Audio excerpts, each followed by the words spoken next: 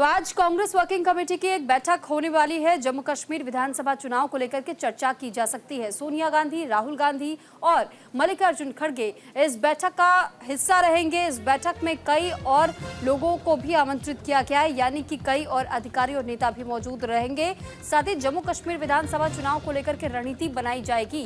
बैठक में कई मुद्दों पर चर्चा की जा सकती है कि आखिर आने वाले चुनाव में, यानी कि जम्मू कश्मीर में जो चुनाव होंगे, 3 चरणों में ये चुनाव होंगे, तो इन 3 चरणों में अगर अपनी बढ़त बनानी है कांग्रेस को, तो फिर किस तरीके का एक रोड मैप तैयार करना होगा, इस पर भी विचार विमर्श किया जाएगा। आगे की रणनीति जम्मू कश्मीर के लिहाज से तैयार की जाएगी।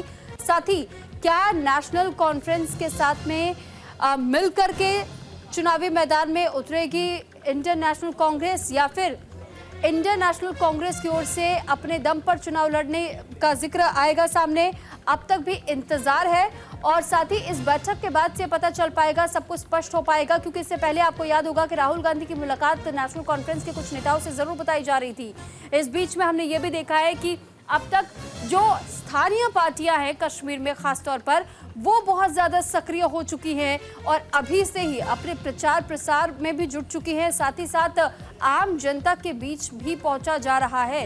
तो आज जहां कांग्रेस वर्किंग कमेटी की बैठक होगी, जम्मू कश्मीर विधानसभा चुनाव को लेकर के चर्चाएं होंगी। दूसरी ओर जो सबसे बड़ी टक्कर मानी जा रही है जम्मू कश्मीर में, पहले तक तो पीडीपी और नेशनल कॉन्फ्रेंस के बीच में मुकाबला रहता था, लेकिन अब यहां बीजेपी भी जहां ताल ठोक रही है और बीजेपी की ओर से भी तमाम बड़े दावे पहले भी किए जा चुके हैं कि इन विधानसभा के चुनाव में बीजेपी की ओर से बेहतरीन प्रदर्शन देखा जा सकेगा। तो अब ये देखना होगा कि आज जब कांग्रेस वर्किंग कमेटी की बैठक होगी तो कैसी रणनीति कांग्रेस जम्मू कश्मीर के लिए तैयार करती है, क्योंकि अब तक भी सबसे बड़ा मुद्दा जो जम्मू कश्मीर का रहा है, इस पर आपने सुना भी होगा कि किस तरीके से तरुण चुग भी कह चुके हैं। राहुल गांधी या सोनिया गांधी को सबसे पहले तो ये स्पष्ट करने की जरूरत है कि 370 जो धारा वहां से हटाई गई, ऐसे में उसको लेकर स्टैंड कांग्रेस का क्या है, और उसके बाद ही किसी रणनीति पर आगे बढ़ा जा सकता है।